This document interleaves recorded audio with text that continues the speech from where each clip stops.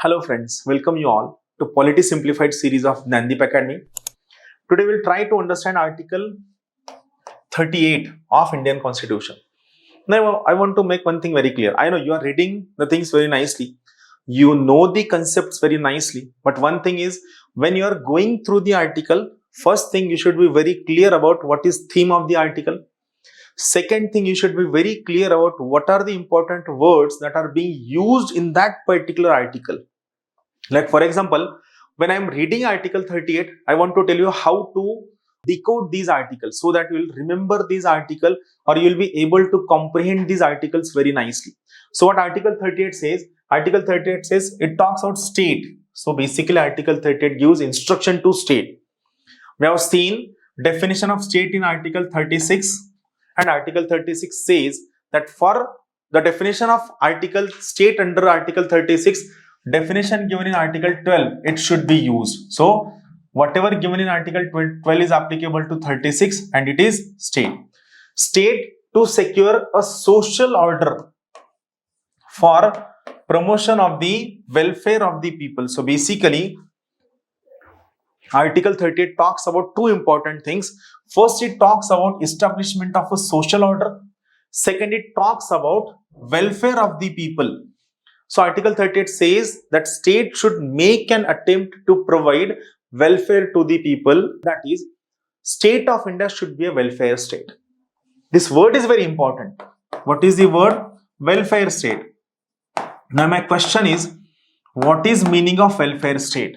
A simple meaning is there, the government or the state which works for its people from womb to tomb. Womb, that is born, tomb, that is death. So the state which works for its people from womb to tomb is called as a welfare state. That state should provide all the things is called as welfare state.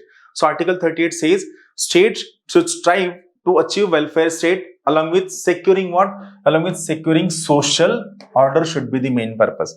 So what it says, see, the state shall strive to promote the welfare of the people. That is, all directive principles of state policies should be used for promotion of welfare of people by securing and protecting as effectively as it may social order in which justice, social, economical and political shall inform all the institutions of the national life.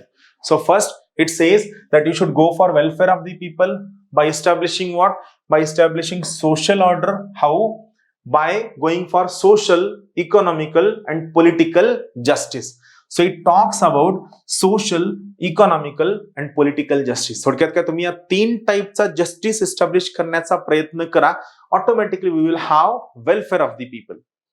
What second clause says, see, it says the state shall in particular, state विशेषतः strive to minimize the inequalities. State ने inequalities कमी करण्याचा maximum प्रयत्न करावा.